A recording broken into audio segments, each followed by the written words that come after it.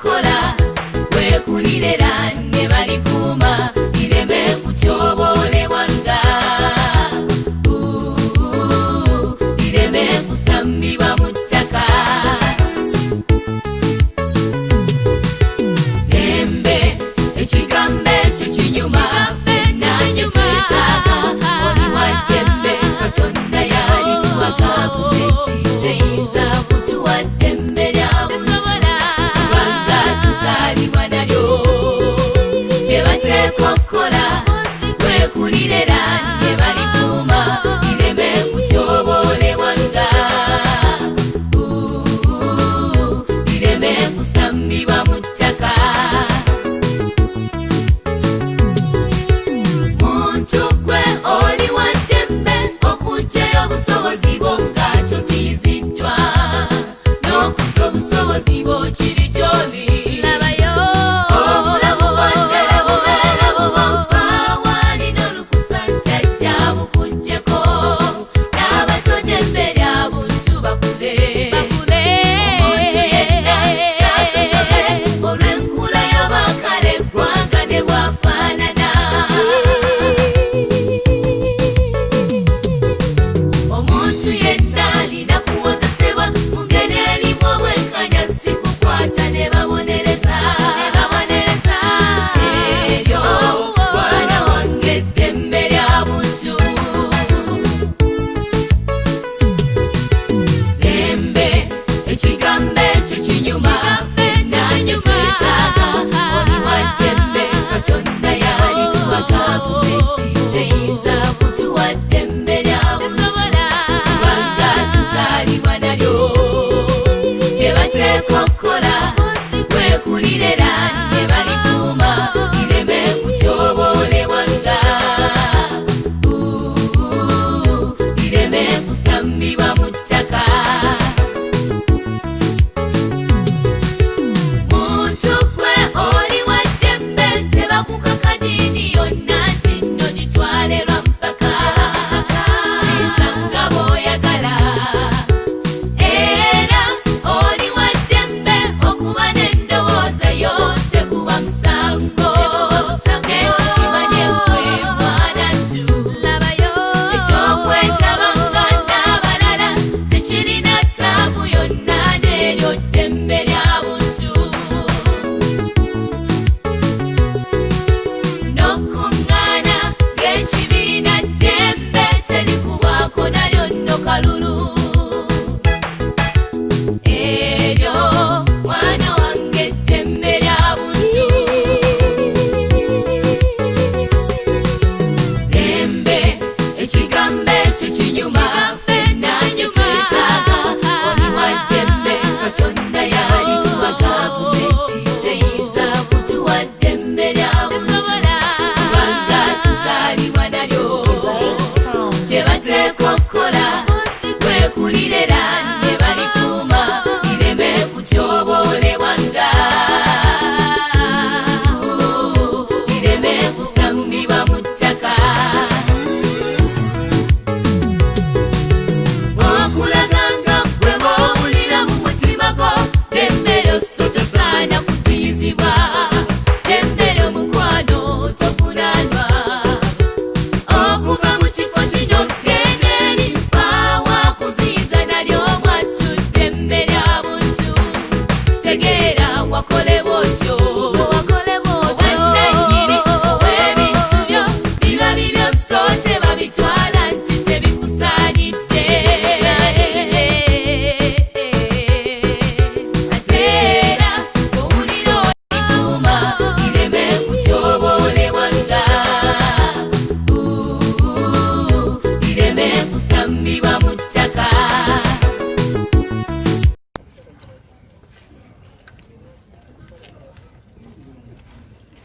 olutalo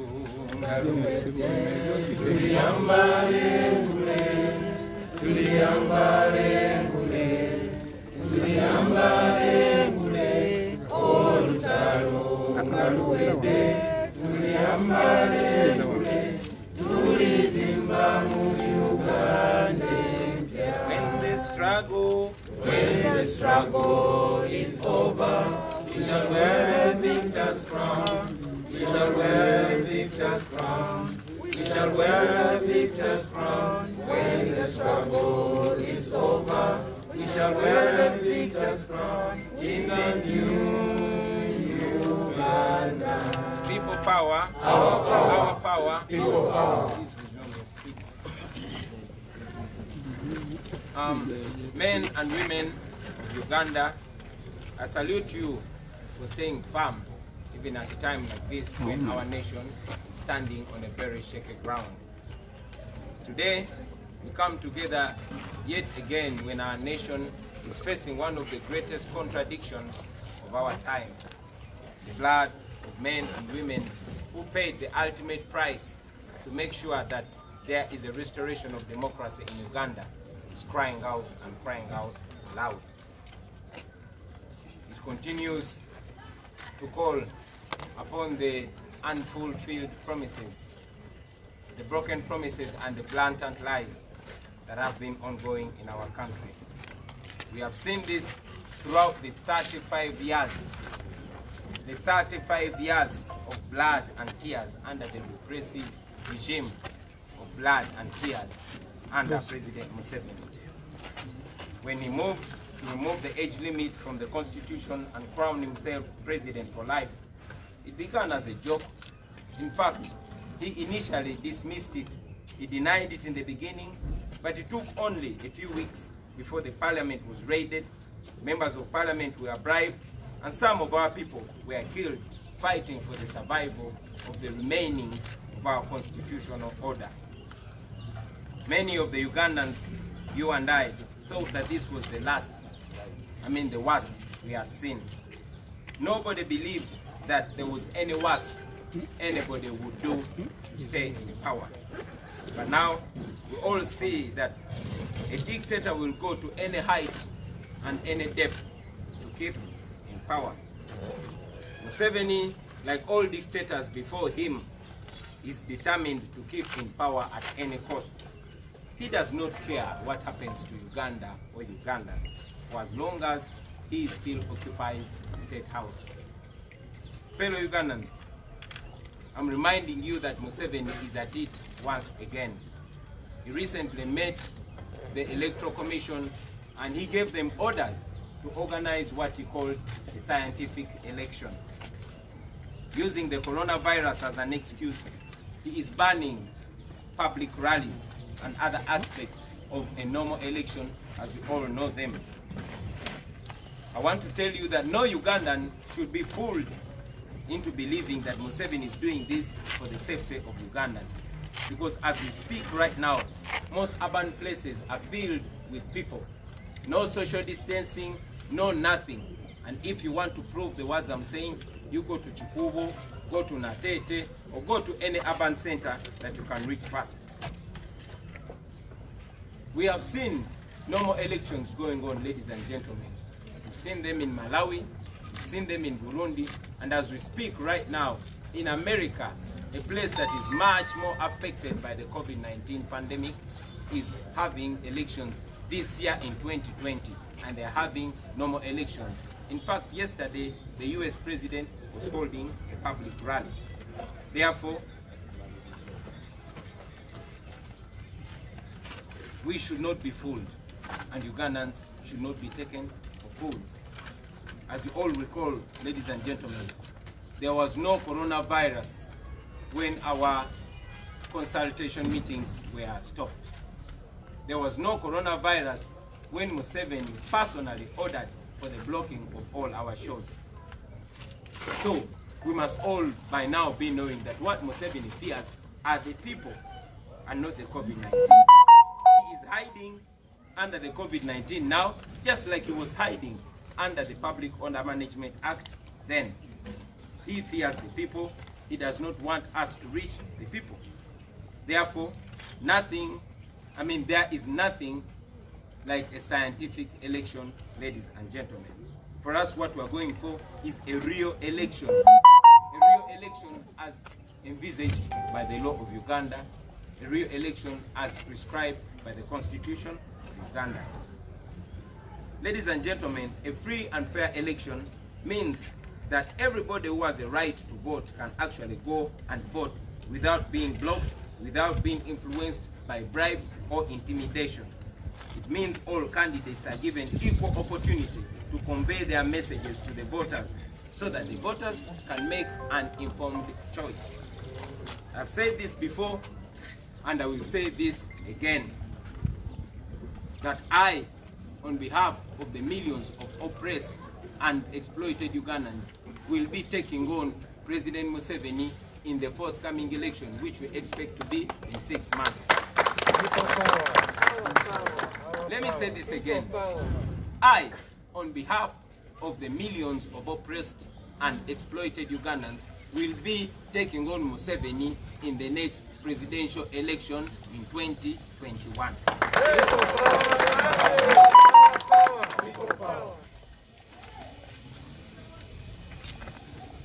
Let me also use this opportunity, ladies and gentlemen, to put President Museveni on the notice.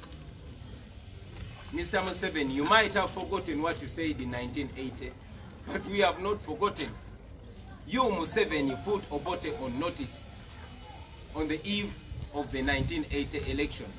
You said that if Obote rigs the election, you will go to the bush and fight against him. We have come to that point right now, yet again. And we are telling you that you either organize a free and fair election or step down peacefully. I'll say that again. We are telling you that you either organize a free and fair election or you step down peacefully. But if you continue provoking Ugandans will rise up against you and you will end up in the dustbins of history, like your friend Gaddafi, like your friend Mobutu, and like your friend Omar el-Bashir. So take this Uganda. Thank you for listening to me, ladies and gentlemen, and I will say this again in a local language, particularly in Uganda.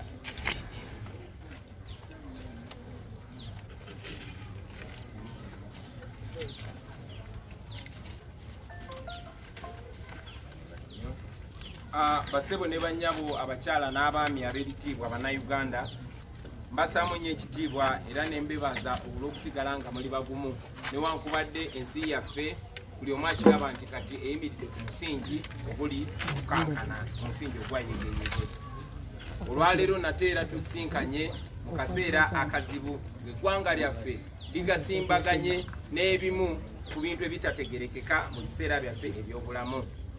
Omusaayi gw'abaami n'abakyala abaafa nga balwanirira enfuga ey'eddembe, nga balwanirira demokrasi, ne kaakano gukaaba gutukaabirira nga gubanja ebyo ebisuubizo ebitatuukirizibwa, nga gubanja ebintu ebyatugambibwa nga bya bulimba, era nga guwakanya obulimba obw'enkukunadde obadde era obugenda mu maaso olwaleero.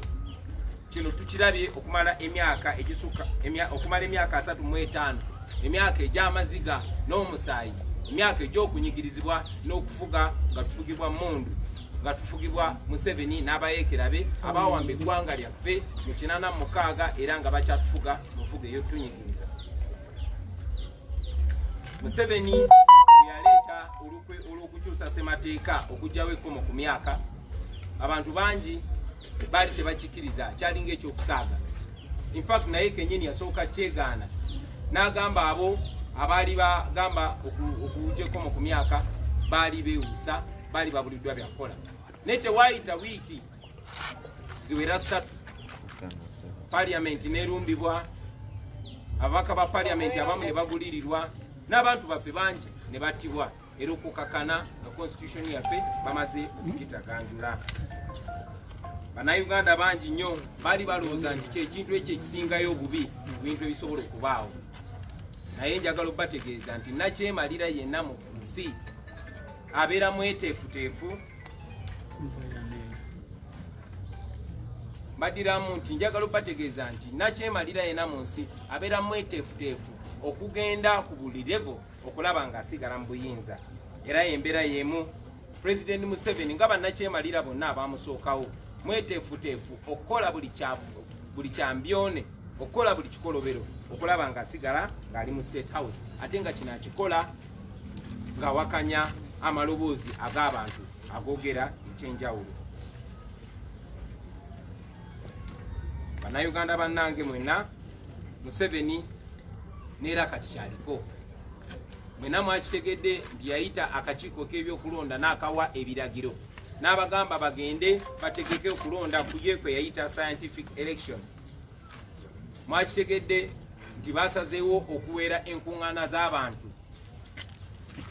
n'okuweera byonna byonna oba emitendera gyonna okulonda okw'amazima n'obwenkanya okutambulira nga bwe tukumanyi. Njagala bategeeza nti tewali munnayuganda yenna ayina kukkiriza kusiruwazibwa. Tewali munnayuganda yenna ayina kukkiriza kulimbibwalimbibwa kino Museveni akikola kutaasa bulamu bw'abannayuganda. Muze mukiraba baganda bange, weewaawo ffenna tulwanyisa obulwadde, ffenna tulwanyisa coronavirus. Naye tewali muntu yafudde coronavirus mu Uganda naye ng'abattibbwa. Abasajja ba Museveni abattiddwa olw'effugabbi bangi nnyo. Kale nno njagala bategeeza nti Museveni kyatya be bantu, akimanyi abantu bamukoowa, akimanyi talinayo buwagizi mu bantu, era akimanyi nti ensi yonna egenda kiraba singa tutuuka mu kampeyini. Yensonga lwaki agezaako okukozesa coronavirus okulemesa abamuvuganya, okulemesa ffe abalwanyizi b'eddembe okutuuka mu bantu. Bwe twogerera olunaku lwa leero, buli kabugabuga mu Uganda kajjudde abantu. Tewali bya social distancing, tewali kintu kyonna. Bwe yawakanya kyenjogerako, njagala agendeko mu kibuga olwaleero, njagala ogendeko mu kikubo olwaleero, njagala ogendeko e Nateete olwaleero, oba genda mu katawuni konna akakuli okumpi. Amawanga mangi nnyo ago agayina okulonda okugenda mu maaso omwaka guno 2020 gagenda mu maaso n'okulonda ng'amateeka bwe gagamba. Tulabye Malawi nga waliyo okulonda, tulabye Burundi nga waliyo okulonda, ab'e Tanzania bagenda kulonda mwaka guno, n'Amerika ensi esinze okuyisibwa obubi ekirwadde kya COVID-19 bagenda mu kulonda okw'abantu bonna. Era nejjo President Trump yabadde ku lwale ng'ayogera ey'abantu abangi. N'olw'ensonga eyo akakiiko k'ebyokulonda akakolera Museveni, mwami Byabakama ne banne tebalina kutwala bannayuganda ng'abawumbatuufu, tebalina kutwala bannayuganda ng'abatalina magezi kwejabwe. Ffenna tukijjukira bannange tewaliwo coronavirus bwe balemeseza consultation zaffe, tewaliwo coronavirus Museveni ye kennyini bwe yalagira balemese show zaffe okugenda mu maaso. Luli yali yekweka mu Public Order Management Act, kakati yekweka mu coronavirus. Kyatya be bantu okumanya amazima n'okwongera mu maaso okugula amaaso gaabwe. N'olw'ensonga eyo tewagenda kubeerawo kintu kyonna kye bayita scientific election. Ffe kye tugendamu kwe kulonda kwennyini nga bwe kulagirwa mu mateeka okutuuka ku bantu. Nkiddamu nti tewagenda kubeerawo ku ludda lwaffe kye bayita scientific election. Tugenda mu kulonda ng'amateeka bwe googera, okulonda ng'abantu bonna balina okwenyigira mu kulonda. Okulonda okw'amazima n'obwenkanya kitegeeza nti abantu baweereddwa omukisa okuwulira okuva eri abo abakulembeze abaagala babalonde basobole okusalawo nga bamanyi kye basalawo, si bino ebyokudongowaza abantu ne bababuzaabuza ne bamala nga babakozesezza okusalawo okwo okutagwanidde okutagenda bayamba. Kino nakyogerako gye buvudde, zize nkyogera nene guno omukisa kangukozese nagwo ziremu nkyogera nti nze kamwa koogera ku lw'obukadde n'obukadde bw'abannayuganda abanyigirizibwa. Ngenda kwesimbawo okuvuganya Museveni ate tumuwangule mu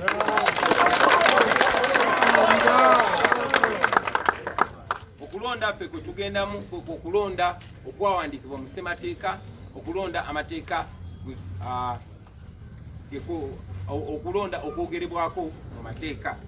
Naye ate baganda bange kankozese n'omukisa guno President Museveni okumwasanguliza mu lwatu. Mwami Museveni oyinza okubanga gwe weerabidde bye wayogera ng'oli ku myaka gyaffe mu mwaka gwa 1980 naye ffe tetwerabidde ssebo.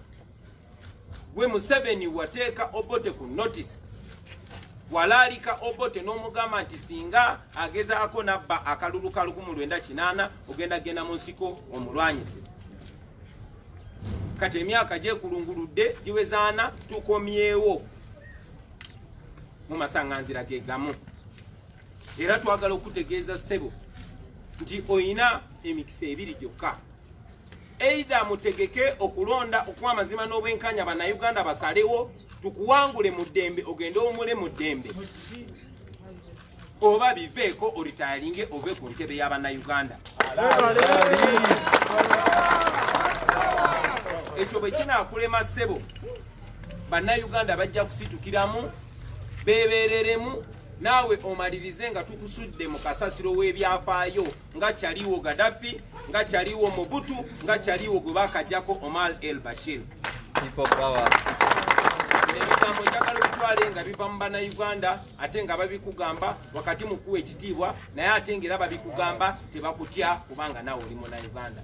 Mwebale nnyo okumpuliriza abasebo ne bannyabo, Mukama abeere naawe. People power, our power, our power, people power.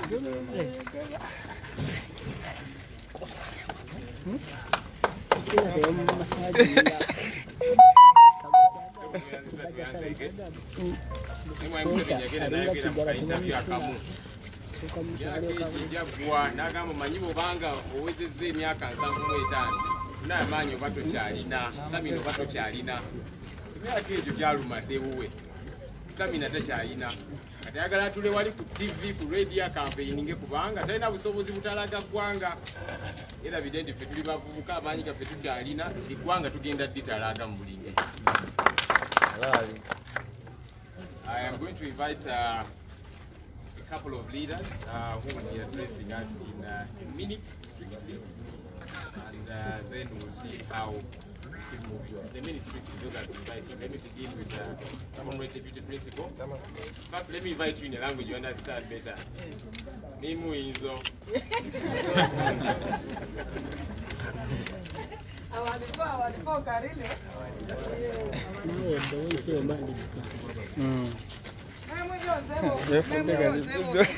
People power, our power, our power, people power. Our okay. Oku, the women of Uganda, the women of Africa. This is our call, and this is our fight. In Lubara, what I'm just going to do is emphasize what our president has said. Alo, amavele atamba Robert Chagulani, ninga paso President Museveni be ilimu pilisi. Ete koko. Ani ayomini afazi yozoki ni amasoko paku ngoni dini niyo amavele tritepi oninga paso Museveni Muzedi bera. Ete koko.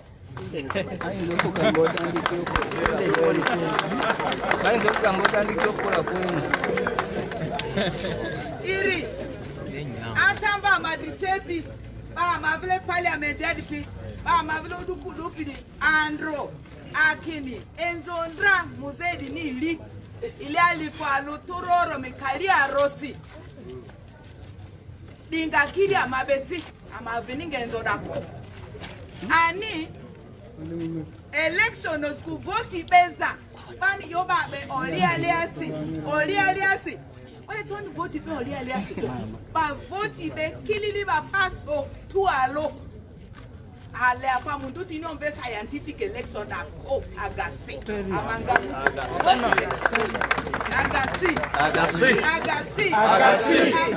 agasi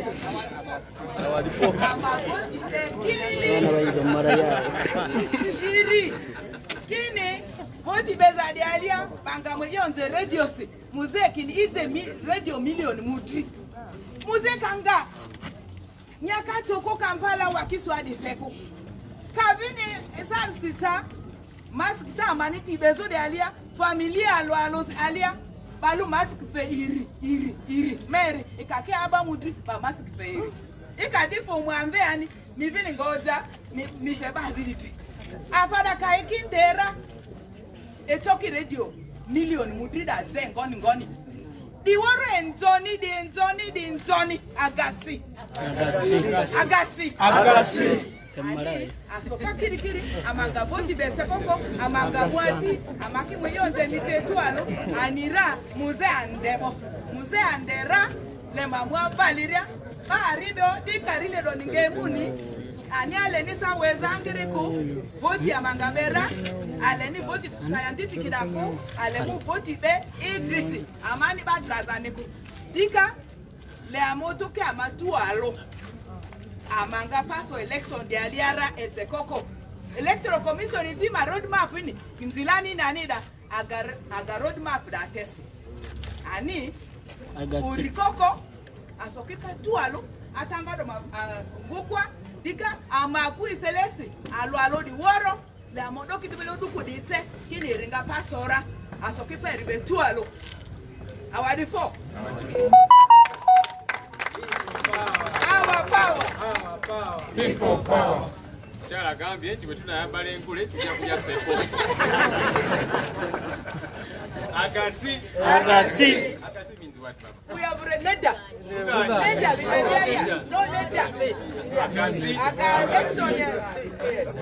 scientific agasi Baganda tamuli banza kuba weke. Ate natiro gamba agasi ya naye agasi. Okay. This Honorable Chifumbi is next to me, and people accuse me of looking like him. Let me invite you, sir, to speak to us in speak to what name. People power, our power, People power. We can only tell the president in no uncertain terms that Uganda as a country, as our principal said, we will not participate in an election that is not conducted as per the law established. That should be understood by everyone. And we call on all forces of change in this country. If there is nothing that can unite us, the quality of our democracy is a unifier. We all have interest in a free and fair election. Therefore, whether you are DP or FDC or CP or JEMA or any other party, at least we must draw a line in the sand and say never again to go for an election which is a ritual. I think people power and the younger people in this country, we must, as the president has said, we must speak very categorical and clear that we will never accept another president who comes to power, one, by killing us, two, by rigging an election. Museveni is the last president to come to power by killing Uganda. And is the last president to remain in power by rigging election. Can I repeat? Yes. Museveni is the last president to come to power by killing Ugandans. And is the last president to remain in power by rigging election.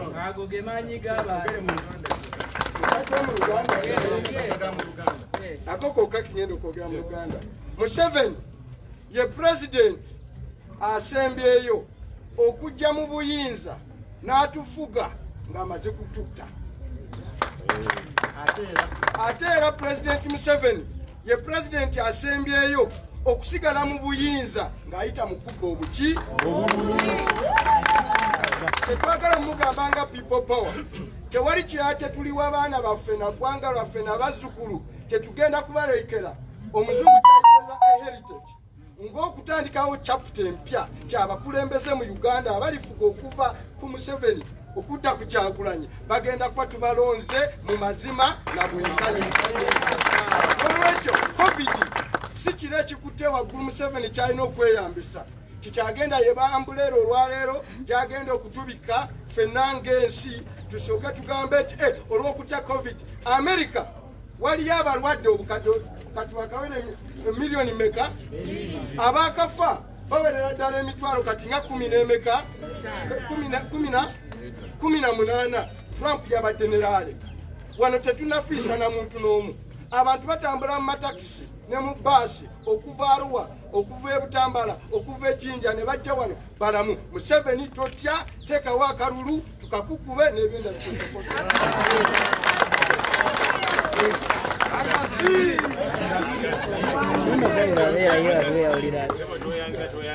omusajja bulijjo mukakkamu naye kola batabuse omanya.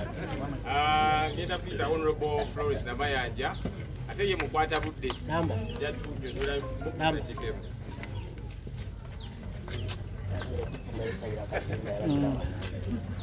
People power, our power, women power, our power.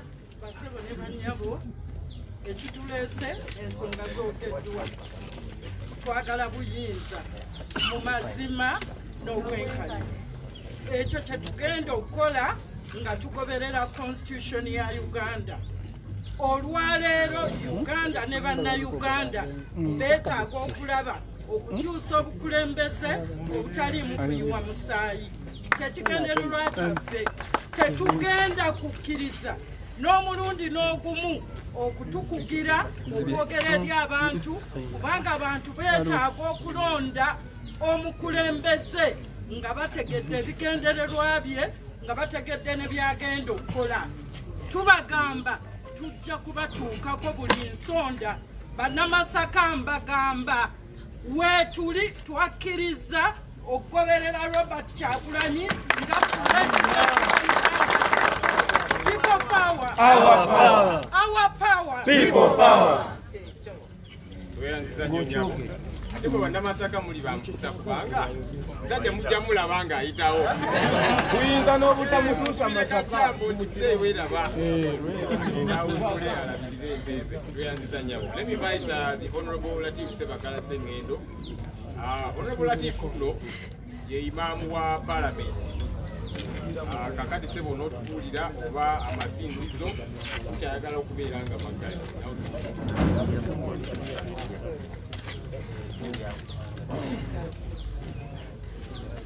People power. People power. Our power. Your Excellency, Honorable Robert Kyagulanyi Ssentamu, our distinguished leaders and the press. Assalamu alaikum wa rahmatullahi wa barakatuh. As I've been introduced by our spokesperson, I'm the parliamentary imam. My emphasis is going to be centered on religious institutions. Our motto is for God and my country. There is no any justification whatsoever to continue locking our houses of worship. There is no any justification whatsoever for locking up or continuing to lock up our houses of what? Worship.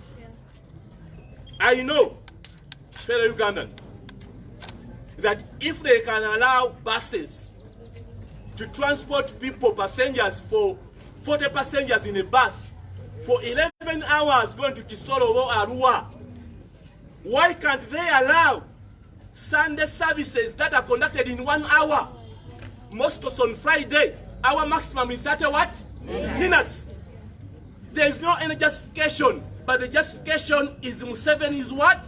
Justification. It's Museveni who is behind hoodwinking Ugandans that we are fighting COVID, yet it is a political what? Move. We cannot allow, and I'm calling upon our religious leaders, the Interreligious Council. You were so silent. Please wake up. We cannot continue seeing our churches and mosques locked day and night for the last 12 months, and then we just keep quiet. When you go to Chikubo, when you go to Owino, when you go to Parliament, when you go everywhere, what is really that behind locking our houses of what? Worship. I believe that the houses of worship can observe the guidelines more effectively than any other person. I know on Sunday we have church service, we have Sunday services. Most of the churches have two services. They can even say we're going to have 4 what? Services. Each services that we are supposed to attend maybe 200 what? People. And on Friday, the mosques can also accommodate that if the mosque is full as per the guidelines, then outside there, they are ready to pray from anywhere else altogether. Therefore, on behalf of people power and as the parliamentary imam, we are urging President Museveni to open up our houses of worship today, not even tomorrow immediately. Secondly, there is no justification for continuing really denying our brothers, the border riders. We know that the most important luggage for the borders are the passengers. Yes. If you can allow a bus to carry 40 passengers for 11 hours, why don't you allow a border to carry 1 passenger for 20 minutes for 1 hour? What's the justification? So on behalf of people power, we are saying border must carry what? Passengers. Because we know we have 1 million borders. 1 million people who are in the border industry. And behind them, they have 9 million to look after. So you cannot deny border access to their basic needs from March up to today. What is the government doing about borders? For us, we are saying borders should be allowed to carry passengers from today. So that they can manage. Tetujja kusobola kukkiriza njogeranga imamu wa parliament tifa abali masinzizo kubanga bannayuganda moto yaffe egamba kulwakatona naki tetusobola kukkiriza amasinzizo gaffe amakereziya amakanisa emizikiti kigaddwa emyezi 4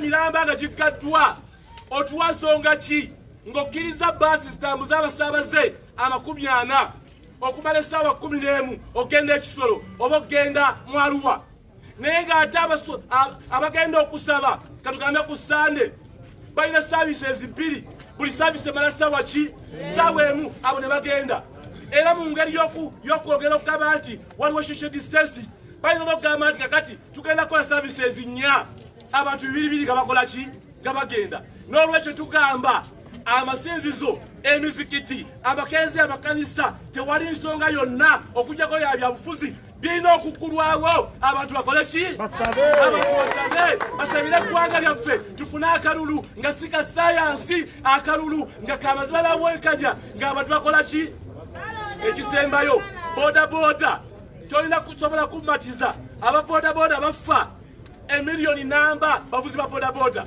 emabega waabwe balina miliyoni 9 zebalabirira gavumenti evangayo kubalabirira tugamba omugugu ogusooka ku baboda mugugu wa musaabaze pulezidenti oli mu nsi yiyo mubatwale kago yaani nga n'emmoloka zaateebwa ne takisi zikola ki n'olwekyo tugamba ababoda bakkirizibwe okutambuza abantu olwaleero okugamba nti ebyokugamba nti ababoda bagenda kusaasaanya obulwadde ebyo byabufuzi bw'oba okkiriza emmotoka okkiriza obutala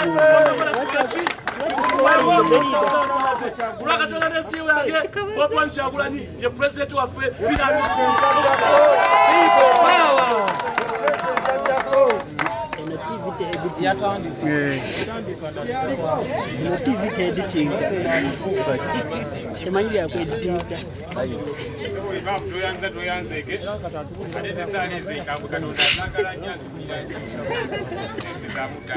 Alright, so the next time I'm going to invite, let me request that we strictly stick to a minute. Otherwise, then we shall not be able to have you because you're running out of time. So what you will do, you speak in one language of your preference in strictly a minute so that we're able to run quickly and get out of this place. The person I'm going to invite next, I love this man, and the reason I love him is one, he is a card-holding member of the NRM, an MP on the NRM ticket for that matter, but he's interested in change. He says, NRM, yes, but I want change. I want a better country also. And we'll encourage you folks out there that whenever you see NRM people, let's not push them away, let's draw them close. Because a number of them are frustrated too, and they want change. Honorable Patrick Samba, please speak to us. People power. Our power. Our power. People power. People power. Our power. Yakwewola ebigambo bya Lord Mayor Elias Lukwago. Kibane omusajja atujoze nnyo. Museveni atujoze nnyo. Era bannayuganda ejjoogo lino nsaba mulikoowe buli munnayuganda akoowe ki? Ejjoogo. Tosobola kuyita electoral commission y'eggwanga mu nnyumba ewuwo n'obagamba akalulu kateeketeeke bwe muti. Eryo jjoogo eritasa bannayuganda buli omu waali. Ekintu ekyo kirina okukola ki? Okunyiiza. Bannayuganda baafaayo nnyo wano nga covid ne bafaayo nnyo okukuuma buli kintu, amateeka ne bagakuuma, bagenda okuzuukukanga kumbe abakulu bali mu jjoogo.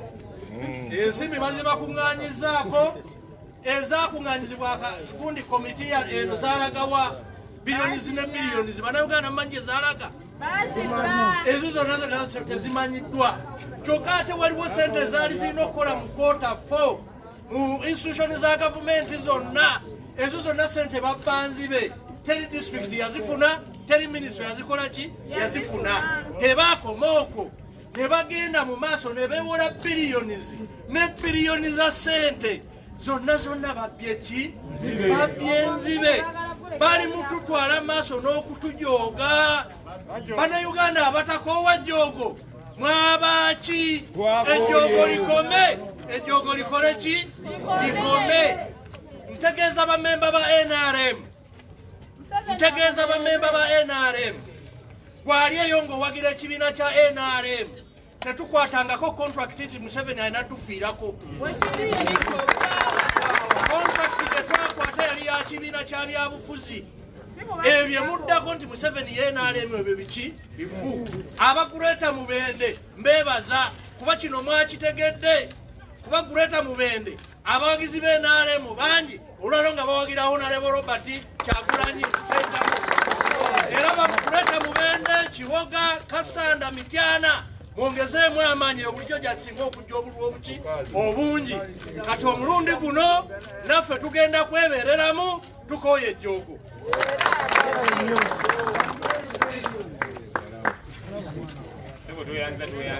Anybody want to go Kalwanga in 1 minute, 1 language.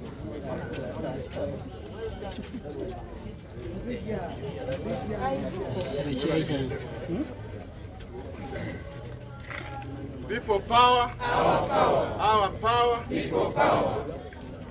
Nga baganda banogedde byakwongerako ensonga bbiri. Esooka tulina ekizibu ky'amaanyi nnyo mu ggwanga lino nti abantu baffe bakulemberwa abantu abatabamanyi. Mwenna abali wano tambula ogende mu byalo gye tuva olabe oba ddala waliwo obukakafu nti korona gyali. Abantu bakugamba nti ffe weetuli wano ne bye mwogerako tetukola ki? Naye ekisinga obbaluma kwe kuwulira nti twewoze ssente. Waliwo ssente ezasondeddwa, waliwo ssente ezatuweereddwa ne ssente za budget ezimu nga zaaliiriddwa. Kino kye tusaba nga pulezidenti waffe bw'agambye, principal waffe bw'agambye, ffe twagala akalulu akali free and fair. Bino ebyokugamba mu scientific wacha tetwagala kumanya n'omulundi taki tugenda kunoonya akalulu, tugenda katambulamu nju ku nju, muluka ku muluka, erosi ku erosi. President Museveni oyina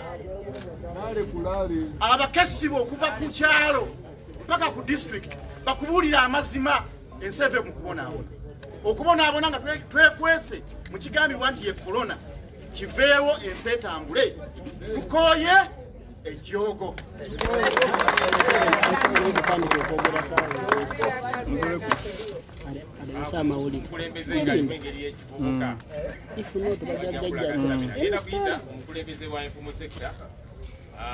Informal sector yesinze okunyigirizibwa mu ggwanga lyatulimu. Ate nga aba informal sector Museveni mbu batera okugamba nti be bantu be kati kajja atukulirize. People power.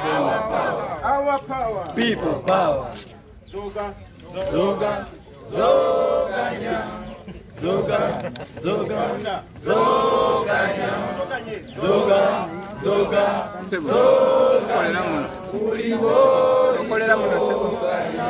President Museveni aba informal sector abagenda muzoganya buli wamuwa gonna wakola ki wali ekisooka mufunye training emala emyezi 3 gye mumaze mu lockdown kibalaze nti musobola okubeerawo nga temuli ku mirimu gyammwe gino ate gyayagala okusazaamu tayagala mukomewo okukola naye nze ekintu kimu kye mbagamba nti bwe yamaze okukola ekyo nga yakusazaamu emirimu gya bodaboda abatakisi bonna bonna bakyankalanya kati ayagala ateekawo akalulu ka muntu omu oleta scientific election kati ye ne electoral commission baagala bateekeko akalulu nga kake yekka no nedda to scientific election twaganye twamuwadde ennaku 4 zaweddeko kati tugenda kutandika okuzoganya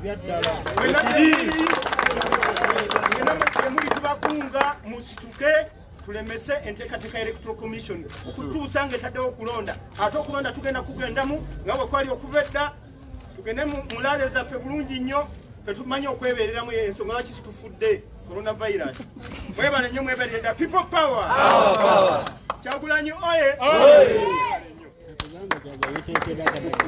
Thank you, sir. To speak to us in 1 minute. He speaks very good English, so he will speak to us in English. My name, his other name is Sajjali Aben. You know, Mulavira Tarati, Sajjali Aben. Barua bali bangamani for exercise. Vampite kasajja kabene. Ladies and gentlemen, Mr. President, I just have 2 points in 1 minute. One, the Kampala Metropolitan, which is Wakiso and the Kampala and the surrounding areas of Mukono and all those neighborhoods. If you get the statistics right, you will definitely know that if we win here, the rest is clear. Is that so? Yeah. So let us be very firm. Let us be very clear and vote, block Honorable Chagulanyi and get the dictatorship out of this country. The president fears one thing. The other day I was on some radio and I told the people, we are going to see a situation which he fears, of course. When Honorable Chagulanyi is in Kajansi, the president is in Makinde Sabagabo, and there is nobody on Isolare, and everybody goes to Kajansi. That is exactly what we fear. And we must be ready, we must not accept the scientific what? Echimala chikolachi, echimala chikolachi, no going back. Emakere twagambanga nti we either win or they lose. This time we say we either win or he loses. Is that okay? Yeah. Thank you so much, Mr. President.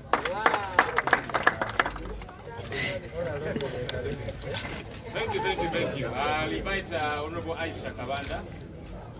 Aisha used to be RCC for Kampala. And she's interested in change also. Aisha, please come and speak to us. Speak for 1 minute.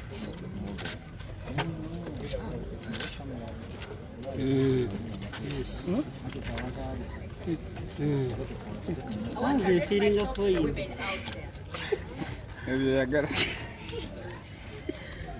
The NRM regime has been a period of training for our children to ensure they get a better future. We've educated our children through thick and thin. You all know how expensive education in Uganda is. Unfortunately, NRM has shown us that they don't have a solution to the unemployment problem in the country.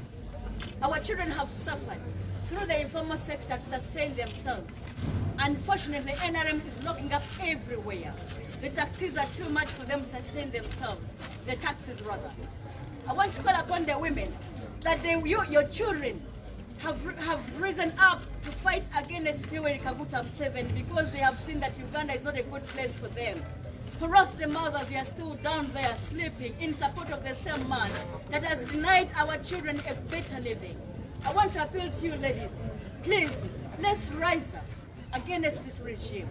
Let's stop fighting the regime that has shown that does not have interest for our children.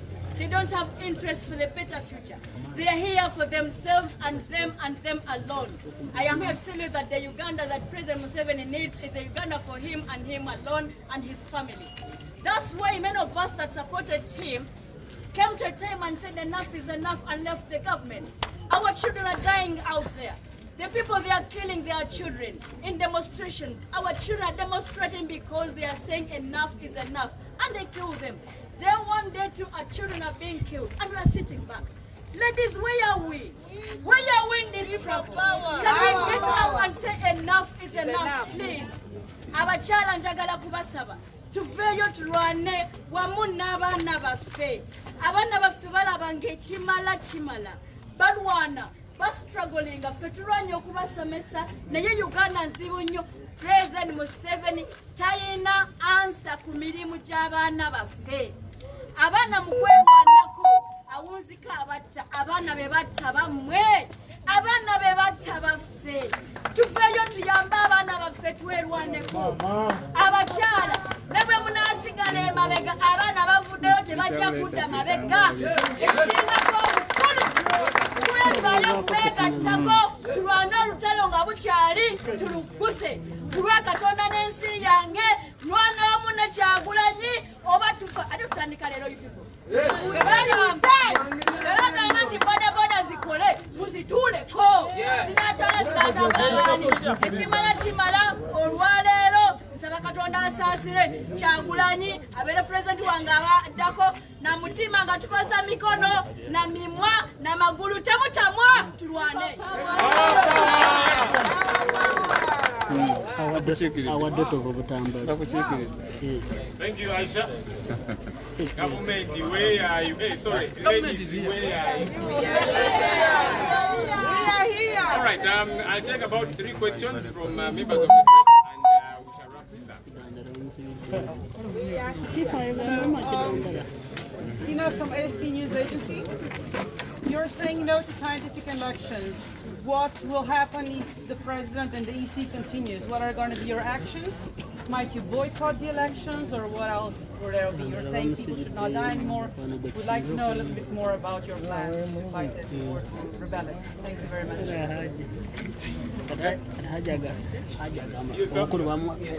Thank you very much. My name is Charles Mzerwa from CBS. I'll ask in Uganda. Electoral Commission to very open to negotiation and dialogue. Muna agenda yonga people power. Thank you. Welcome. Yes, Derek. Thank you. Really, I just wanted to emphasize a question. The electoral, you have given President Museveni 2 options to either step down as president or organize a free and fair election. As people power, what are the options you have? If President Museveni adamantly fails to listen to you, will you also step down from the election? Or will you go ahead with a free and fair election?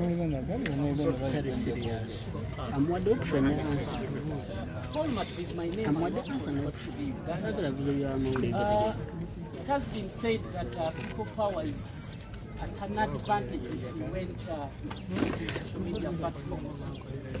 What are the challenges do you envisage if we went that way during campaigns? Because some people have argued that actually it is cost effective. Okay. All right, so I guess, okay, we'll have one more. Yes, my name is Tony from NBS. My colleague has asked the other question which I wanted, but it's still, can you also comment about manhandling of ghetto president, the other one?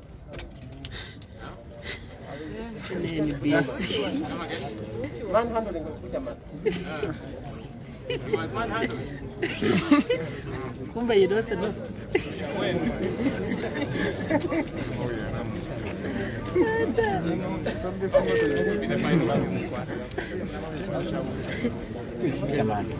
NBS Mungu ya jua.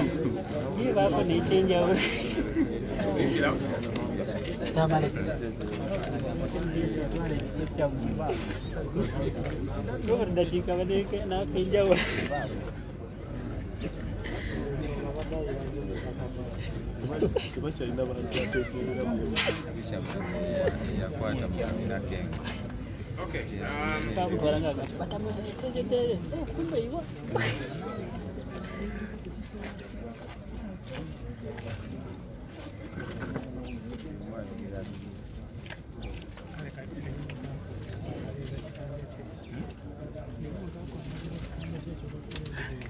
Okay, I'm going to respond to 2 questions, then I'll respond to the harder ones.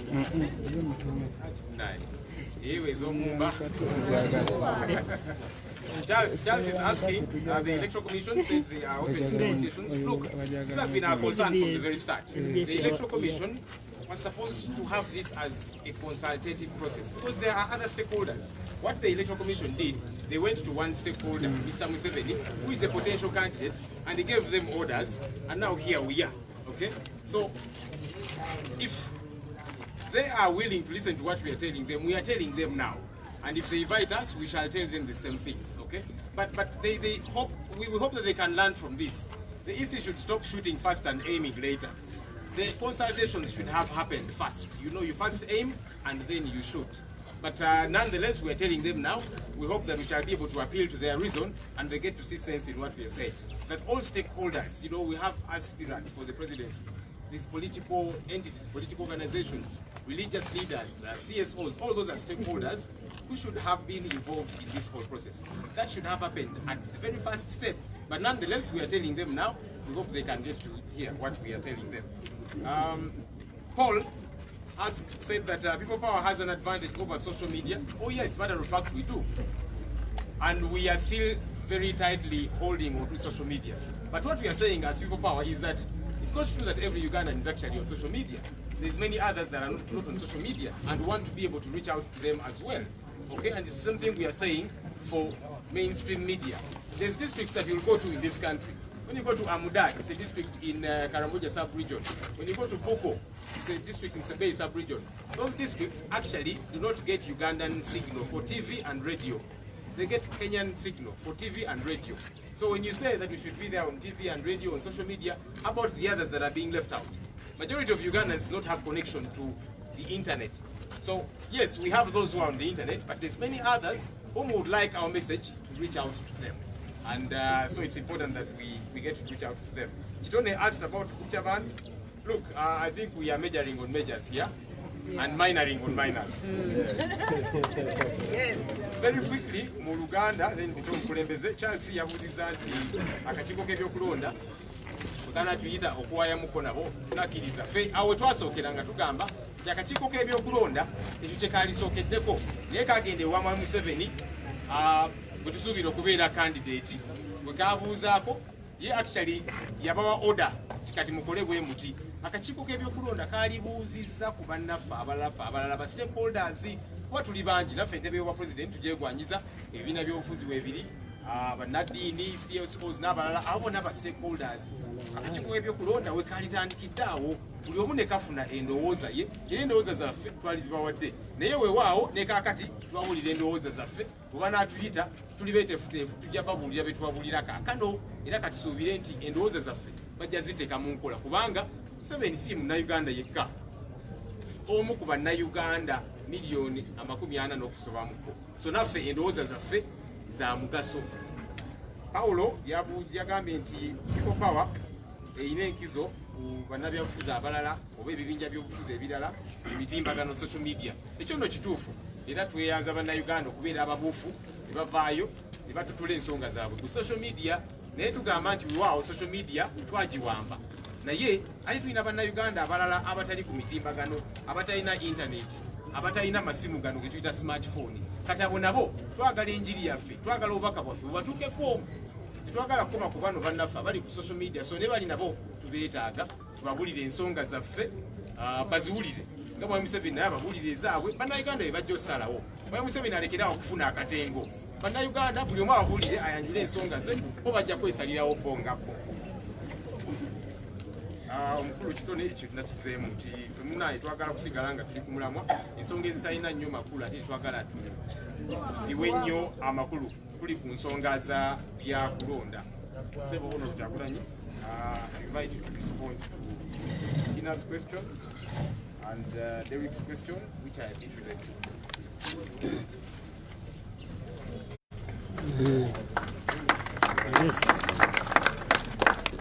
Thank you very much, Comrade Joel. In my opinion, you very ably attempted all these questions, but I'll just put some additive. Yeah, our sister asked that if the Electoral Commission refuses, what next? We knew then, as we know now, that the Electoral Commission works for Museveni. And we are not banking on it, we are banking on the people of Uganda. There is a law established that provides for free and fair elections. That is what we demand, that is what we are going to get. If we don't get it from the Electoral Commission, we shall give it to ourselves. If Museveni and Byabakama and all these other people that is using to strike for the voices of the people of Uganda persists, we shall resist. We shall resist them and push them to observing the law as it is. And I must be very assertive on this. We are not going to boycott. Yes. Because this is our right. It is engraved in the law, and we are going to make sure the law is observed to the T. Somebody said that people power seems to be at advantage on social media. Yes, but I must tell you that social media is just a small monitor screen of what happens within the population and all over the world. What you see on social media is just a small fraction. It just shows you what's within the people. And those are the few people that have the privilege of accessing social media. The privilege of having a smartphone, the privilege of buying data, and yes, the privilege of being able to pay the OTT. So, it is not about we as the People Power Movement, it's about the people of Uganda, all the people of Uganda. Our effort is not to satisfy ourselves. Our effort is to make sure we reach the most rural person, because they are just as entitled as those that have the privileges of social media. So we are going to meet people anyway, whether through social media or otherwise. I mean, social media has already showed you that we are a step far from Museveni. We want to show the same on ground, because people are waiting for us and we are going to go there. What might be the actions? Can you be a little bit more specific for us, please? We will be telling people the actions as they develop. Many of them are going to be guided by us, but yes, very many of them are going to be guided by the ordinary men and women of Uganda. This is a revolution, if I must announce it now.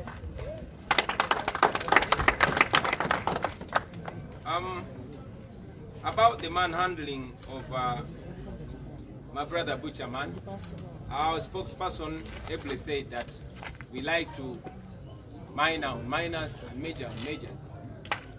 But again, I want people to know that Butcherman is my brother. And that is why I'm using this very special time to communicate not just to him, but very many other friends, brothers and sisters in the same line. Always remember that the dictator will use you when he needs you and dump you like he has done to the rest. You have seen what they did to Kakoza Mutale. You have seen what they did to Chitata, my brother. You have seen what they did to Bright Wine. You've seen what they did to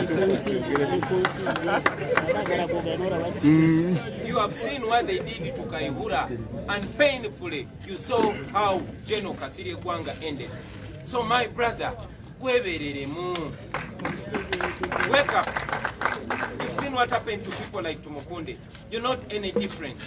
We are fighting for Uganda that makes sure it secures the right of the powerful and the weak. That is why we want fairness and justice. Pozi mu Luganda, batubuziza akakiiko k'ebyokulonda bwe kanaagaana ne kagoberera ebya bosi waako Museveni. Twabategeezera twongera okubategeeza nti tujja kulemerako, tetugenda kukkiriza futubba, tetugenda kukkiriza Bannayuganda bajjako ddembe lyabwe, kubanga amateeka gali ku ludda lwaffe. Amateeka we gali, amateeka gaffe galagira tiwalina okubeerawo okulonda okw'amazima n'obwenkanya. Ate abantu abalina okumaaga amateeka betusasula okumaaga amateeka baba balemeddwa, then Bannayuganda bagenda kumakinga sure bo bakuma amateeka ago. Okulonda okw'amazima n'obwenkanya tetugenda kusaba busabi Electoral Commission, tukubanja bubanja kuba ddembe lyaffe. Ate tubategeeza nti bo banaaba tebatuwadde kulonda kw'amazima n'obwenkanya tujja kwewa.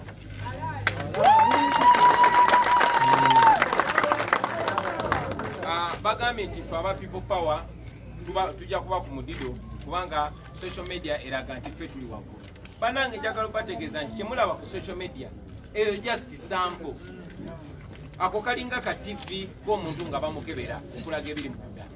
Ako ka sample akalagako amaloboozi agava mu bantu. Amaloboozi ago agaba namukisa abasobola okugula smartphone ne bagenda ku internet. Bannamukisa abasobola okugula data. Bannamukisa abasobola okumira embeera ne basasula omusolo gwa internet. Ne Bannayuganda bangi nnyo abali eyo abatalina na simu, abatalina ku internet. Twagala Uganda ey'obwenkanya eri abo abasobola okutuuka ku internet n'abo abatasobola. Ye Uganda gye tukolerera era tulina gitandikira mu kulonda so singa tumaze okwambala engule.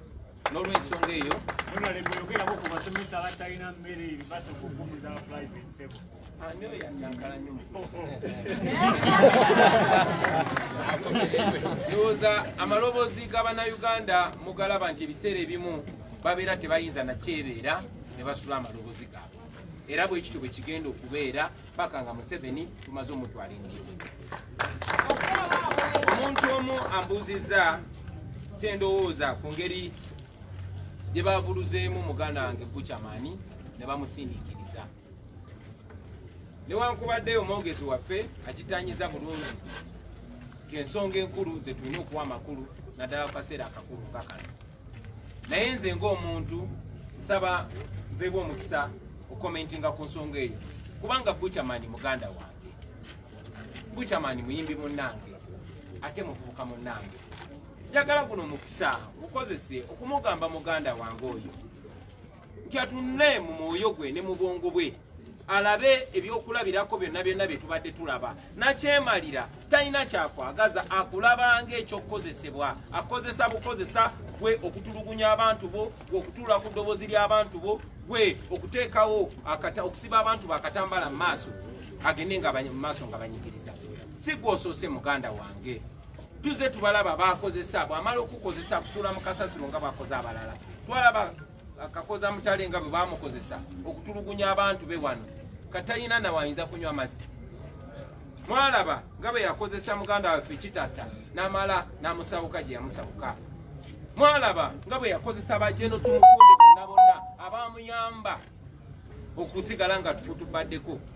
Mwalaba bwe yakozesa Jeno Kayihura wano. Mwalaba Kayihura byonna byonna bye yakola. N'atwala ebivumu byonna byonna, n'atwala ebikolimo by'abantu bonna bonna. Wamala mwalaba Museveni bwe yamaliriza ng'amuyisizza. Mwalaba Sajenti Kifulugunyu omu ku basajja abaalwana Museveni okujja ku bukulembeze nga bwe yalwala yafiira ku kigaali nga bamusindika ku kigaali ky'amatooke omutwala mu ddwaliro. Jjajja Bucha olabye nga bwe bayisizza jjajja akasirya eggwanga. Omusajja eyabeera nga wana Museveni olabye nga bwe bamuyisizza, walaba nga bwe bamukwata, nga bwe yamala nga afudde mu nfa etaategereka n'enzika gye yaziikibwa. Kati muganda wange toli wanjawulo, olina okwebeereramu era buno obubaka bugenda eri mwenna baganda baffe. Ti kye tugezaako kola kwe kulwana okusawo Uganda eyeeyagaza abo ab'amaanyi n'abo abanafu. Nga buli omu ali proud nga yenyumiriza mu nsi ye. Ekikutuuseko muganda wange nsaba kibeere ekyokuyiga eri gwe n'eri abantu bonna bonna. kino tukyogerako kuba tumanyi buno obubaka tebugenda eri muntu omu bugenda eri baganda baffe bonna Museveni abakozesa bukozesa akaswazi kabakuwadde tekagenda kubeereramu ng'abantu bakukyaye ng'abantu bakubuuse weebereremu beera ku sayidi y'abantu obeere sure nti gwe n'abaana bo mulijjukirwa era mwesigala nga mulina omukwano